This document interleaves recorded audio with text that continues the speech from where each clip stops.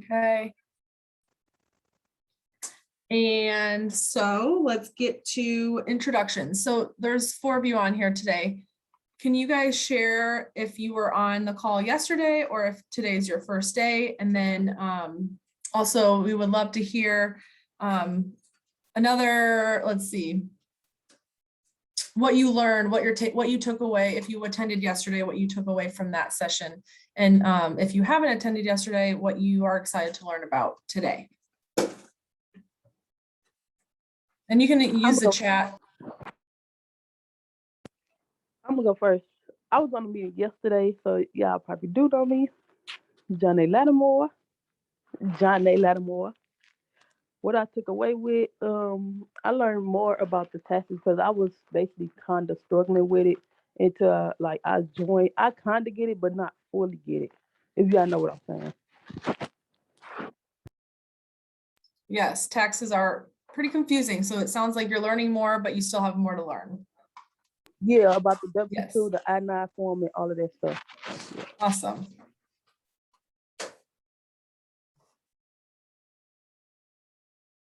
Anyone else want to share? Were you guys on the call yesterday or is today your first day? This will be helpful for us to know just as Elizabeth is going through the training today. So she knows if you guys were, if you were there yesterday, so she knows what to build on and what things she might need to repeat so that you guys are aware. You can just, if you want to write in the chat, you can just do that as well.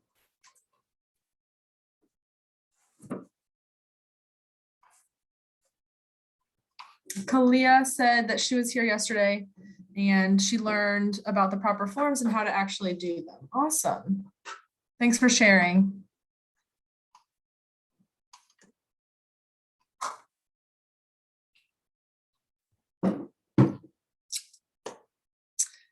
Okay. So I will pass it over to Elizabeth I'm not sure if Sarah or Alceda were here yesterday, but Elizabeth is a CPA at Farmer and Associates, and she's going to talk today about how to fill out the tax forms. So hopefully you guys learn a lot about how to fill them out for future jobs, and I think it'll be really beneficial to know. And Alceda, she did say she was here yesterday, so awesome, wonderful. All right. Awesome. Well, it's good to see you guys. And today we're really going to dig in and actually fill out these forms. You should have gotten links yesterday to be able to open them up. And I will tell you that it is not uncommon for people to actually fill out forms that they might think they will need more than once. In my practice, I don't have a lot of people who maybe hold on to their W-4, but there are other forms that business owners hold on to and they fill out because they have to just provide them to their vendors, the people that they purchase things from, and for report information. So it is handy to have these available so that, you know, if you are applying for more than one job or you obtain more than one job this year, you don't have to start from scratch each time in doing this.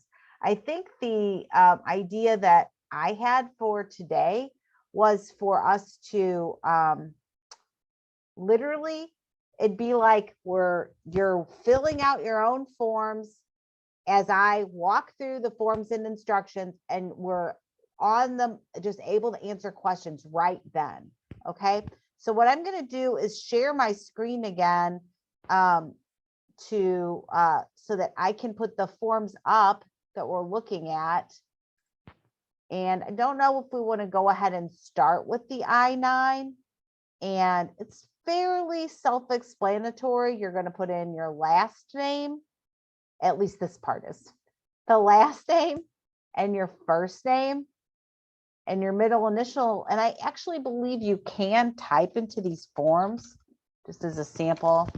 Probably not going to put my social up here for you guys to look at, but I will type as we go too, and I'll just fill this. I have had other last names. Really quick. Yes. Would you mind sharing the links to this form just in case they misplaced it yesterday? Sure. Absolutely. Perfect. That way you guys can fill yours out as Elizabeth is filling hers out.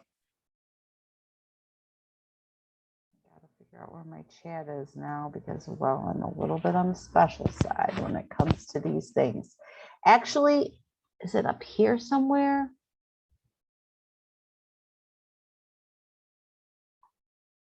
I don't know. I think I have to stop sharing in order to understand where I'm going to chat. I'm so very sorry for my lack of wonderfulness. Oh, wait, I found it. I found it. Okay, here's the first form. Should I put them all in here or just one at a time, Amanda? I would, yeah, just one at a time. I think that would be good. So they know which one to focus on. Okay, Perfect. so this is the first one. And I have had other last names because I've been married before. I had a maiden name. And then I was married before I was farmer as well. So those are two last names that I might put there so that those are present. And then my address. I don't have an apartment. I live in Florissant. You can actually use the drop-down menu, I guess, and sometimes that's what you have to do in these forms because when you try to type in MO, it just slips from Mo to Ohio. So I have a quick question about filling it, I guess, when if you don't live in an apartment, if you're filling out the paper copy, do you put NA in the parts that you don't? No. Okay. not in Just the leave it address blank. part. I would leave it blank. Yeah, I would leave not- it Okay. blank. Yeah. Okay, perfect. And then I am going to make up my birth date. Rather than put in my actual birth date, but let's say I was born in January on the first of the year in 1970. We could put that. And then that's where you put your social security number. I'll skip that if I was you. I'm sorry. I'll skip that part if I was you. Yeah, I'm skipping it. And you are going to put in your email address, which that's kind of a new thing. And then your telephone number. And if you don't have a telephone number, I mean, I don't know if anyone does it in the stage, but you could put NA if you didn't have one, or if you didn't have an email address. But now I want to read what this is. I'm aware that federal law provides for imprisonment and or fines for false statements or use of false statements in connection with the completion of this form. I attest under penalty of perjury that I am. So that's a serious statement. To say that you attest under penalty of perjury is, you need this to be true about you, okay?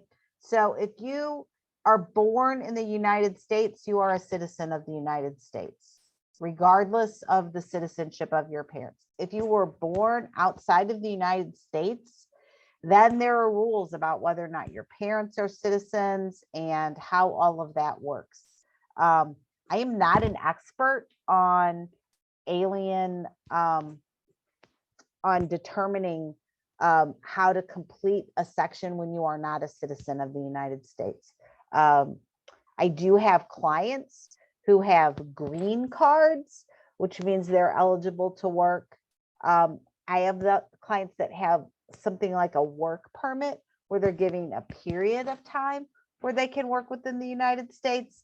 So I'm hoping, if there is anyone on this call who is not a citizen of the United States, if you want to let Amanda know rather than chat the whole group, you can absolutely do this, and Amanda can hold on to that information and we can see if we can get a resource for you to help you with your part of completing this form.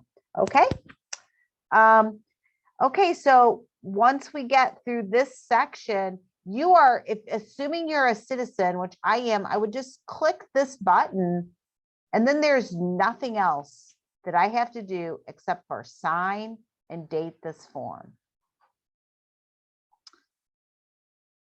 And I would say I did not use a preparer or a translator unless someone did help me who was assisting me in preparing. Now, I know we're walking through this form together, but this section is more for people who don't know English and or cannot read. And so they are really absolutely dependent upon someone else giving them the information that they're filling out. And in that case, that translator really needs to be listed below here because they're in effect completing this form on behalf of the other person, and they have a strong responsibility as far as the government is concerned with this. If you're not sure about what box you need to mark, because sometimes in the past, job coaches have filled it out and while the youth answers the question. So the person assisting you will be able to tell you yes or no, that a preparer helped you or no. But most likely, if you're doing it on your own, then correct. You don't need to, you mark that I did not have a preparer or translator. But sometimes if a job coach is assisting you in with this form, the job coach will mark a preparer did translator or assisted with this form, and then they would put their information at the bottom. Okay, so Well, I then don't know nothing about this. So when they help you fill out your paper, like you said job coaches used to mark it down. So when they help you fill it out, they mark it down as they help us like actually like go through the whole package. Yes, at least when I was a job coach, that's how we did it. We would fill out this bottom part because we helped the young person complete this form. But Elizabeth, is that the correct way? Is that the incorrect way? I guess that would be something that we should be aware of as well. well, I don't think it's too conservative for the job. I mean, that's a very conservative approach for the job coach to put their name and information below as someone who's assisted in preparing. That means that if there is a question or something, there's another contact you can assist in answering. That's another big part of why they have these sections. It isn't just simply to notify responsibility. It's also so that conversations can take place with more people than just the employee who's listed above. And when I talk about a most conservative approach, that means I'm talking about like that would be on you're definitely not going to get in trouble for checking that box and putting information in. It would be not checking that box and not putting information in if there was assistance that was required in filling out this form where you don't really even know the answers to these questions. Okay. Now, the form is 3 pages long, but as I said yesterday, the section 2 is for the employer or the authorized representative of the employer to complete, and they're just documenting the forms that you provide. And so page 3 is where the list of your forms is, and you don't really have to circle any of these or turn this page in with the form. It's simply here so that you are made aware of what would be allowable forms for you. This is a bit of power put into the hands of the person who's submitting this to their employer, because there are some employers who might say, this is what I need. And they would say they will only accept a driver's license and a social security card. And in reality, no, you don't have to give those things. If you don't have a driver's license, you can still provide another form of identification that's acceptable for this form. So think of it that way. You can look at this list. You remember that if you don't have a passport or one of the other foreign documents that is critical for being in our country, you're probably going to need to have 2 forms of documentation, and one can come from column B and one from C. Does everyone have these forms available to them? Mary Jean. I have the forms available, but I want to know if we're going to be turning this W-9 in for the application for STL youth jobs this year. Yes, because you're employed, this is a requirement, like Elizabeth stated yesterday. So yes, you will have to complete this form after, so that not with the application. The application is just you simply going on our website, completing, answering the questions and completing that information. But once you get called by one of the providers, they're basically calling you to schedule your intake, and during your intake is when you complete these forms. So yes, this is going to be very helpful for you to know whenever you complete your paperwork to get into our program. They don't have those when we complete those packages. Would you say They don't have these when we complete the packages. the The packages? forms, the blank forms are probably within the package. We are simply completing them so that you have help available, or I mean, just because that's what we're doing. We're just kind of learning. We're learning how to do it. And I'm trying to teach you both the process of completing this actual form, and also in a small way, how to go through a document that you haven't seen before and discern what you need to complete and what someone else is going to complete. Yeah, so this is basically just practice. This is not to get enrolled in STL youth jobs. This is just practice. Right. Can the And what, intake be done online? It depends on which provider you're with. Some do online, some do in person. So Okay. also, we talked about protecting your identity yesterday. I just want to make sure that whatever device you are saving this to is a safe place where you know that no one else is going to find your data. If you feel that it isn't a safe place, I would encourage you to simply print this form out, like erase all your data, don't save it, print the form and put it in a safe place where no one's going to steal your social security number and your birth date and information. I did want to allow a little time for us to talk about the items on this list in case there's anyone who doesn't have a document that's listed in B and C, and we can talk about how to get those documents. Does everyone have those? One in each list. Now that you just said something, because like I was actually like going through this problem, I think like last year. I spoke about it on Zoom. Y'all had that Zoom session that somebody stole my social security number and stuff. I actually like really been going through this now, that because I don't know if somebody actually stole it, but I figured because since I have a twin sister that all of her stuff like go on my stuff and my stuff go on her stuff, so it's really like complicated about it. So I can't really like freeze my social security number because we twins, and whatever happened with her stuff, it actually go on my stuff, and whatever happened with my stuff go on her stuff. So I don't like. I really don't know like about any of this. Well, I will tell you, this is not going to help you with all matters of credit. I can't help you with all of that because there are big ramifications for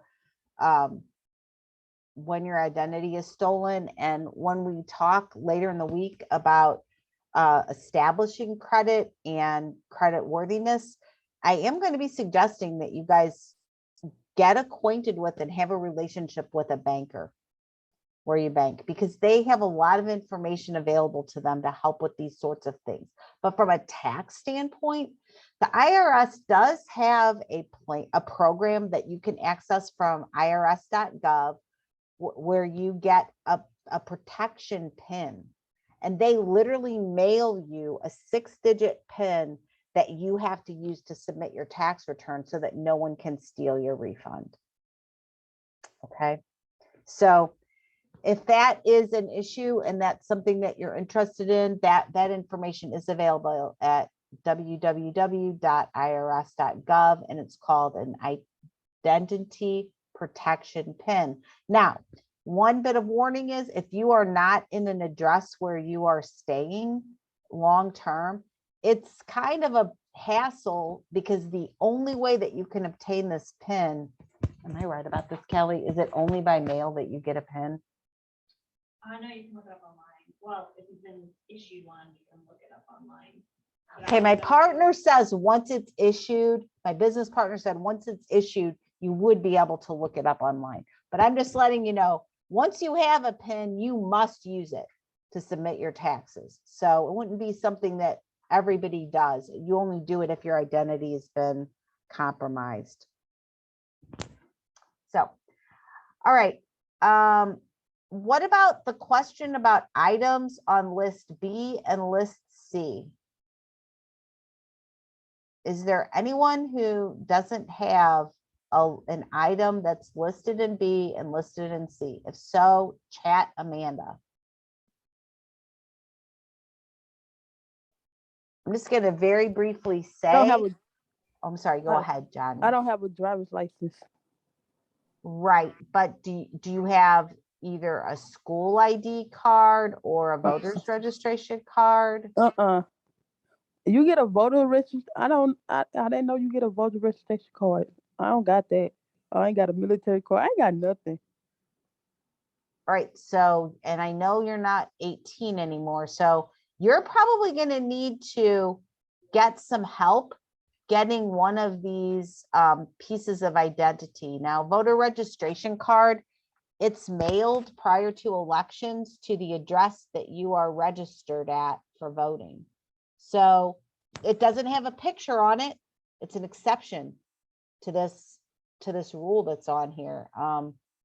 It doesn't have a picture. So most of these do have a picture. It's basically like a postcard that tells what your name is and that you are a registered voter. You should talk to your job coach, I think, about. Oh, excuse me. Yes. No. Okay, I was able to vote last year. Last year was my first year of voting.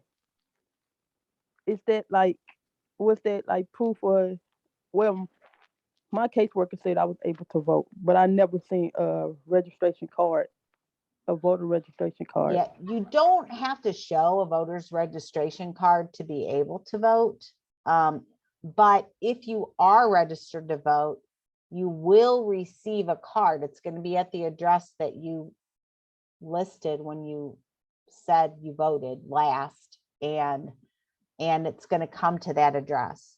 So without that, if you don't have any of these other pieces of a document, I think you're going to need some help from your job coach to get something on that list.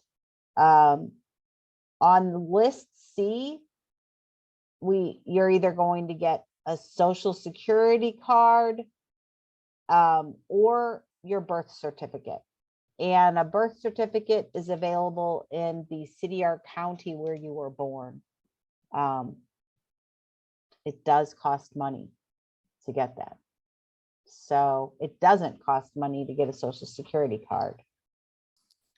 Yeah, so make sure that if you are going to be in the program this summer, that when somebody reaches out to you to schedule your intake, that you let them know, hey, I need whichever document on this list that you want to use and don't have, let that person know, because we have client assistant funds to be able to help you guys get your documents. So, but you have to communicate that so that we know how to help you. And I would advise you, once you obtain these documents, that you have like a safe place where you keep them, because you're going to need them over and over again in your life. For sure. So, okay. Yeah, I keep mine in a file cabinet. So I know anytime I need my social security card, I go to that file cabinet in that manila envelope, and there it is. So I know exactly where it is when I need it. But definitely do not keep it in your wallet. Do not keep it in your purse. Do not keep it on you. I know people do that, and that's a way to get your identity stolen. So just be aware of where you're keeping your safe documents, and keep them safe. Right. I have a question. Yeah. With the assistant program to get like an ID, I need a social security card, and every time I like try to order it online, it keeps saying that like my information is wrong, but like I have a copy of it and I'm putting like the exact numbers and the dates and it just keeps telling me I can't do it. And then when I called up to the office, they said I can only do it online. Huh. Did you tell them that what was happening when you did it online? Yes. And what did they say? They said it shouldn't be doing that. Just wait 24 hours and try again. Man, man, I don't know what to tell you. Elizabeth, do you have any tips? Well, I don't know where the social security offices are in the city. I'm gonna see if I can find that really quick.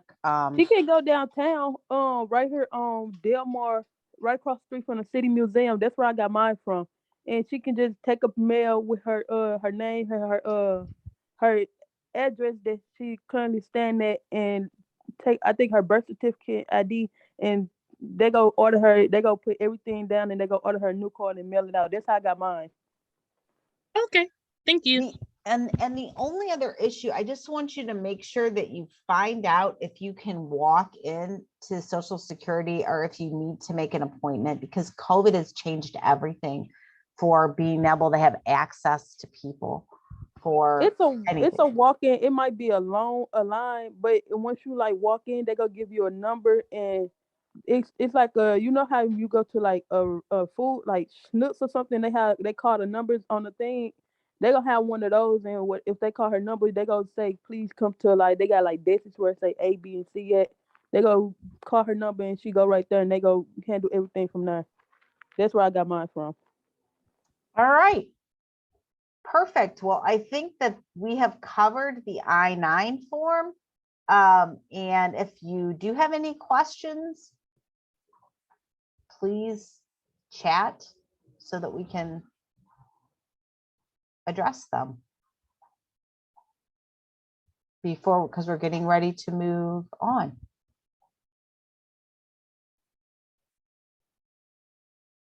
All right. So here's the W-4 form, and now I'm going to send a link in case you don't have it from yesterday or you weren't here with us yesterday. And I did mention yesterday, and I want to mention again today, that there unfortunately are these places where when you're trying to search for government information, they sort of look like they are the government, but they don't end with the proper suffix. So if you look at irs.gov, it's important that you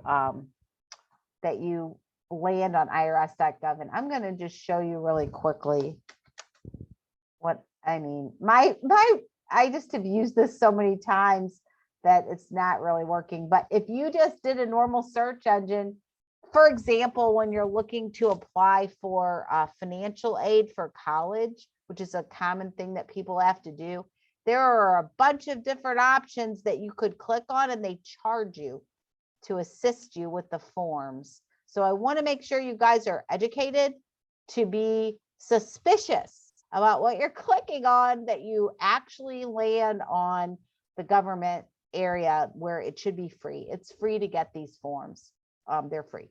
So, okay, so here we are on the W-4, and to review what we covered yesterday, this form is a 4-page document. Okay, and the 4th page are the tax forms. So we're going to work with this together with me as an example.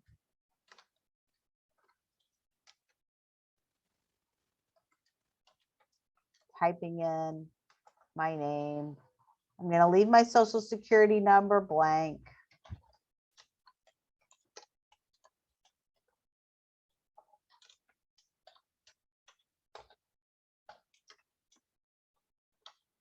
And you can print this out and write it in. You do not have to turn this in typed. I should mention that. It'd be unusual for someone to turn it in typed. So it's completely fine for you to type it, but you don't have to. Okay, so once we get past the basic information that's up here, we have to decide whether we're single, married filing separately, married filing jointly, or head of household. So If you're unmarried, you're either single or head of household. And you're head of household if you have a qualified dependent. And a qualified dependent is somebody who you are providing over 1/2 of the support for. So I hope that's clear. Do you think it's clear, Amanda? If you say you put 0, Can you put 0? We're going to go through the form and get to that point. So I'm actually married, but let's pretend I wasn't. Let's pretend I was a head of household, just so that we can go through this form. Okay, now, when we read the form, it says complete steps 2 through 4 only if they apply to you. So they don't want to see NAs. They only want to see what applies to you.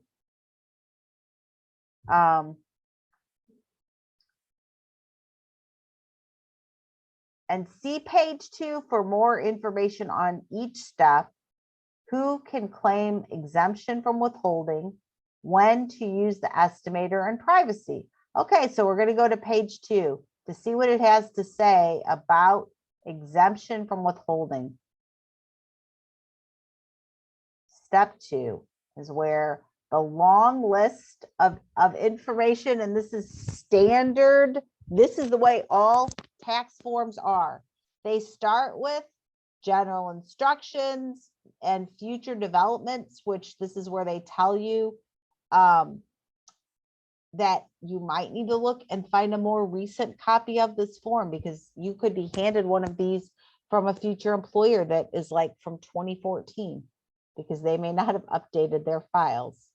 And the IRS is trying to have informed taxpayers. So it explains that the purpose of this form is so that your employer can withhold the correct federal income tax from your pay. If you pay too little, you will owe tax when you file, and may owe a penalty. If you pay too much, you will generally be due a refund.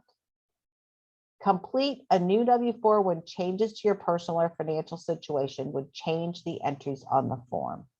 So that's sort of putting the responsibility on the taxpayer, which that's you, even though you're just a student, to be aware that you are responsible if something changes in your tax situation to correct this form.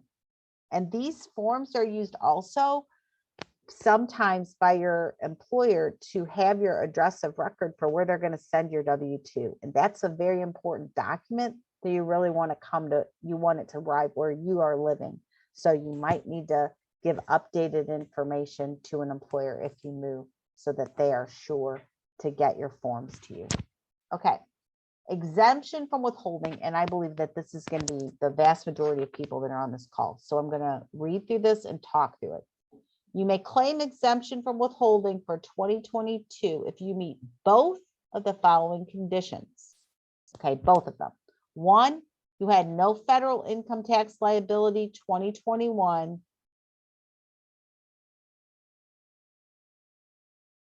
And you expect to have no federal income tax liability in 2022.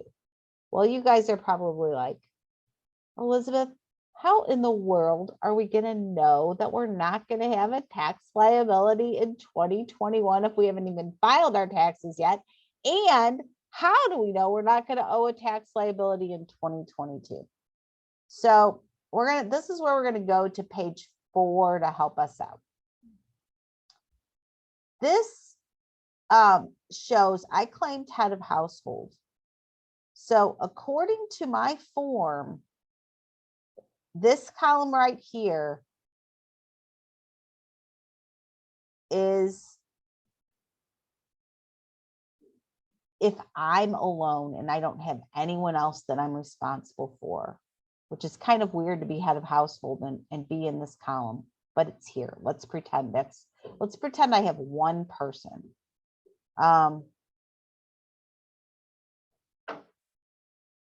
It's got 2 columns: higher paying job, annual taxable wage, and salary.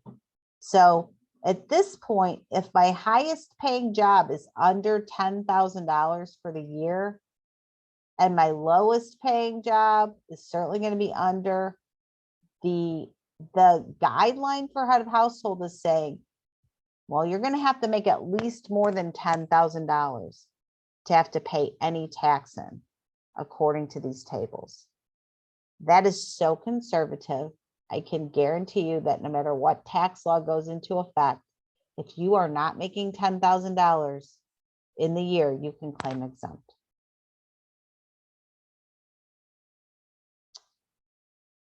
Now, somebody brought up yesterday that their brother graduated high school or finished school and started working when they were 18 and had been claiming exempt and maybe had a tax problem because they didn't have anything withheld. That's a changing tax situation. That's where you would want to put in a fresh W-4 to say, oh, now I'm going to be working more, so I can figure out how much I think I'm going to make this year based on how many hours a week I work and how much I get paid per hour. And I know the job coaches can help you with this. You know, is that right, Amanda? Yes. Okay. So back up to where we were. And remember, back in here, it said complete. We're only going to complete these sections if we need to. Well, if we've already determined that we don't need to complete anything, I don't see a place on this form to mark the word exempt, which, as a tax preparer and a professional who's working with these forms all the time, there are sometimes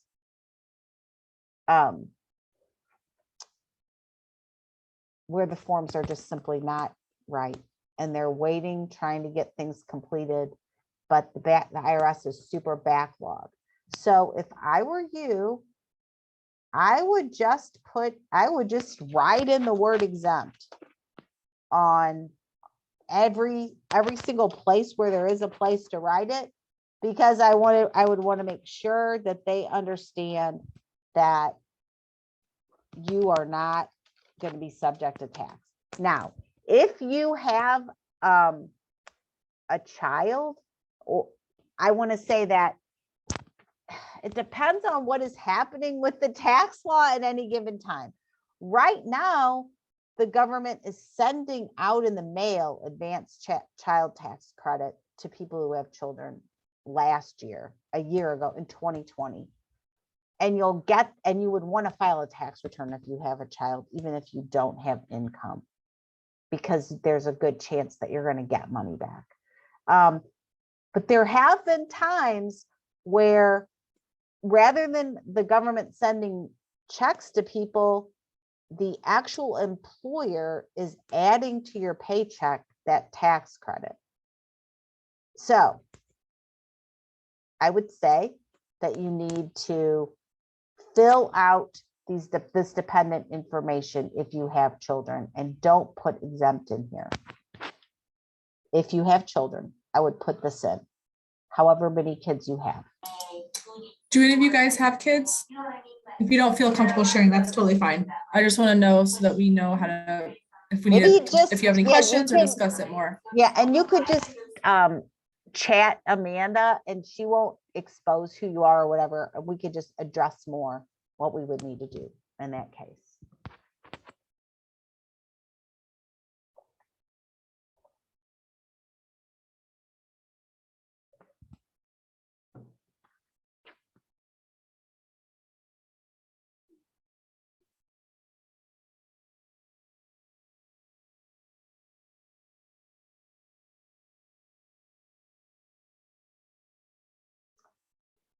Okay, I am going to move on. You're going to sign this form and date it.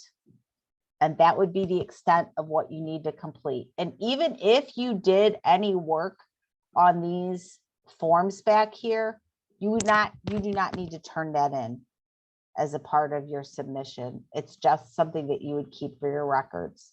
And I would say that if you're needing to fill out something where you have multiple jobs, do understand that this only is going to be a problem if you're going to exceed $10,000 in income for the year. At that point in time, you might have to have some withholding, depending on if you have on where your deductions are. Okay. Could we just do a quick example of somebody that would need to claim anything on their taxes? Okay. So if you were married, I'm going to use that example, okay? Because when you're married, the two of you are reporting all of your income on a single form, and it is combined for determining what your liability is going to be. So let's say that you're married and your husband makes between $30,000 and $40,000 a year. Okay. If he is as his highest paying job is if he's at $40,000 a year, according to the table, he should have $1,020 in withholding. And that's the average according to the table that they're wanting you to put in up here. So wait a second. So we're going to have two jobs and he has the higher paying job. Okay. Because we're going to try to figure this out as though the two of you are living together, are working together. Okay. If you have two jobs and your spouse each have one job, find the amount from the appropriate table using the higher payer job row and the lower paying job column. Find the value at the intersection of the two household salaries and enter the value, and then skip to line 3. Enter the number of pay periods per year for the highest paying job. Okay, so pay periods are how frequently you get paid. Most people are paid twice a month or every 2 weeks. If you're paid twice a month, that's 24 pay periods. If you're paid every 2 weeks, it's 26. Okay, let's pretend it's more complicated. It's 26. Okay, divide the amount on line 1 by line 3. Is that what it says? Yes. So we would take 1,020 divided by 26, and that would be $39. That's how much would need to be withheld per pay period. Okay. There's also a place where you are entering deductions. So in our current tax law, a lot of people don't itemize their deductions anymore because the standard deduction is high. But if you, the way that the standard deduction works, hang on one second while I grab.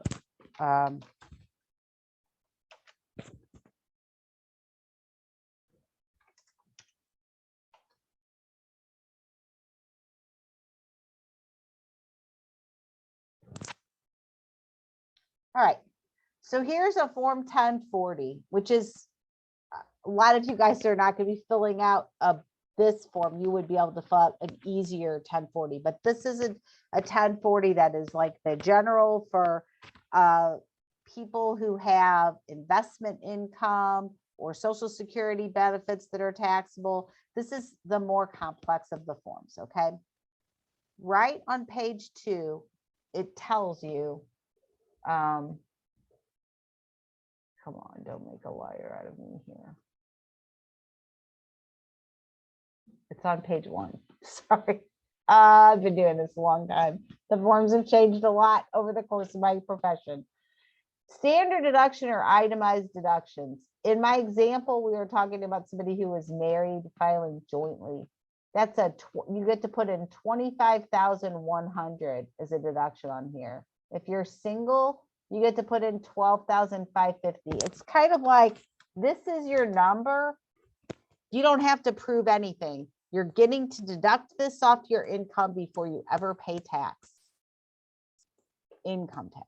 Remember, we talked about Social Security and Medicare. We all have to pay that. But income tax, you get this 12,550 or 25,100.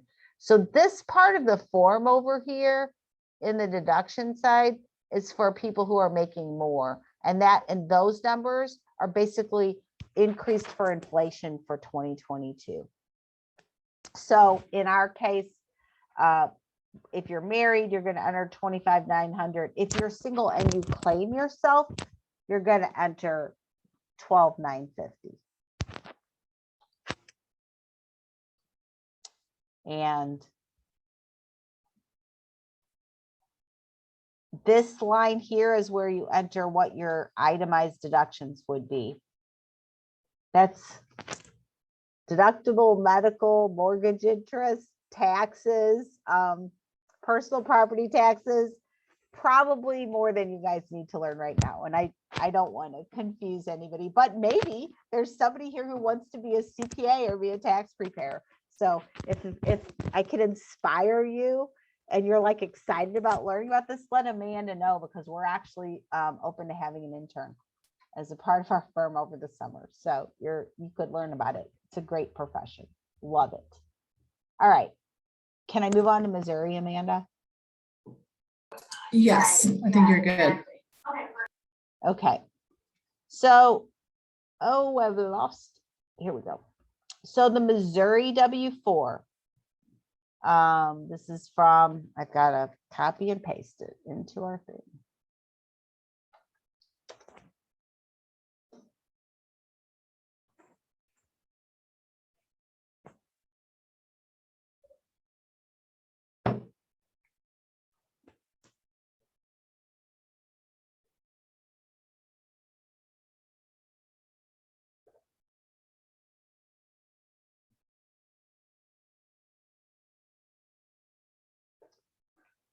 Okay, so again, we're starting with just our personal information up here with our name and address. And I do want to mention one other thing here. So I have 6 grown children, guys, and my kids have they've gone to college, and when they fill out these forms, they list our home as their address because it's stable. It could be, that at times you just need to find an address of someone you trust, even if you don't have an address, where your forms can come to. As you're growing older, just know that if you go to college, where you're going to college, you're not going to be there to permanently receive forms and correspondence from the government. So you really don't want to use that address if you can help it. Even if you're working while you're in college, you would want to use a different address, a grandparent, a parent, an aunt and uncle, a brother and sister who has a house that they live in. So just trying to give you guys address and inspire you to go to college if you are at all interested. Anyway, okay. So you fill out your name. We've talked at length about whether you're single, head of household, married. This section right here on asking to have additional withholding, you have the opportunity to ask for some more withholding if there's income that is outside of your job and it isn't going to be withheld. For most of you, that is not going to be the case. You could also ask for reduced withholding if you think that you're going to be, if you think that typically too much is coming out of your check. But at the initial onset of filling out your forms at this point, that Missouri actually does have an area that addresses being exempt from tax. But the form itself does not contain how you would know if you were exempt from tax or not. They only have words that say I'm exempt because I have a right to the refund of all Missouri income tax last year, or I met exemptions because I'm a service member or a member of the armed forces. Well, I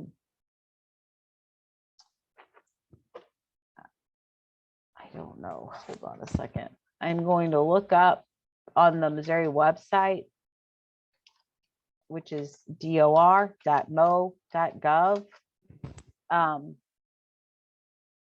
The actual form for your information that will show us how withholding applies. Again, you get deductions against your income before you're actually calculating what that taxable income is. So actually, I don't think I'm going to have time, Amanda. I guess I want to say if you're looking at the federal form and you are exempt, you're absolutely exempt from state as well, because you're going to have deductions to offset your income, and you're not going to pay any Missouri income tax. I want to have a minute to reiterate what I said yesterday about the city of St. Louis and the 1% local tax.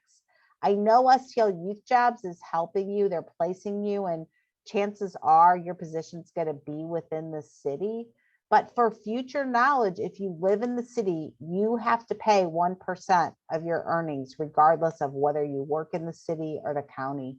You have to do it. And you're supposed to file a form with your taxes that shows what your earnings were with your W-2s attached. So if your employer is not withholding 1%, you need to save 1% of your money to be prepared to pay in April. We're going to talk about actual tax forms tomorrow. You will see the earnings tax form that you file with the city of St. Louis, the 1040 and the Missouri 1040. I'll have all those ready. That my goal is to have 1040, Missouri 1040, the E6, I think it's called, and it's an earnings form, and then look at free file, both in federal and Missouri, and whether or not online filing is available. It hasn't been available with the city. You can pay online, but you can't file. You have to mail. Awesome. Do any of you guys have any questions about completing tax forms when you're applying for a job?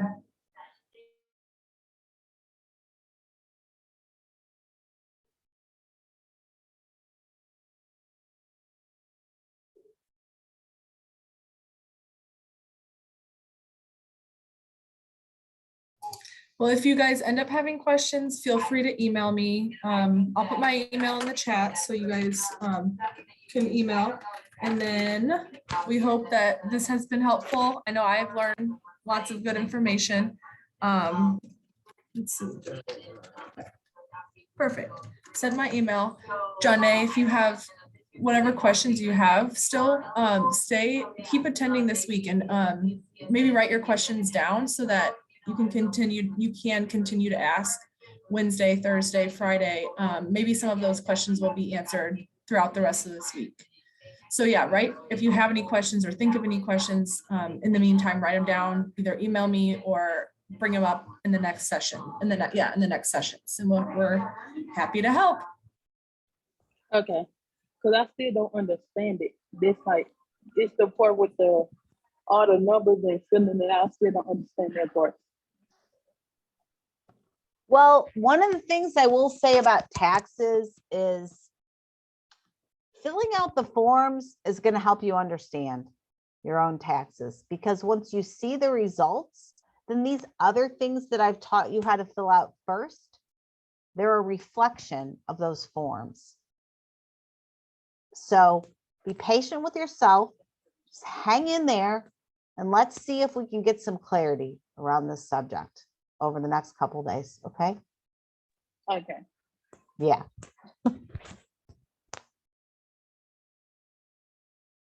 Oh, I'm going to share the survey in the chat for the last 3 minutes. So for you guys that are here, please complete the survey.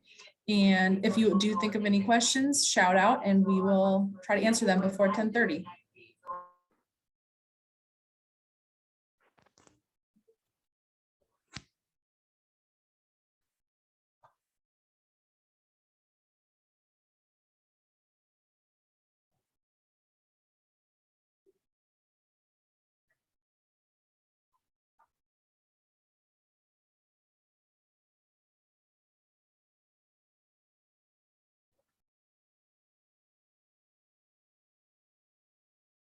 I think I put the wrong link in. So here's the right link.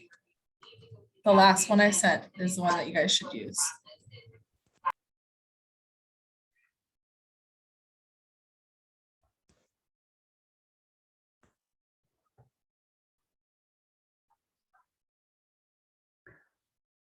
Just to get everyone involved tomorrow, we're gonna have a slight icebreaker question to open things up, and that question is going to be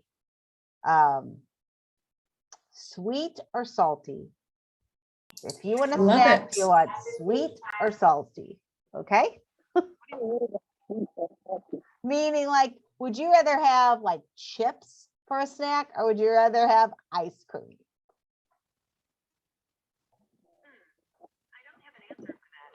Is there something else? My watch talking to me.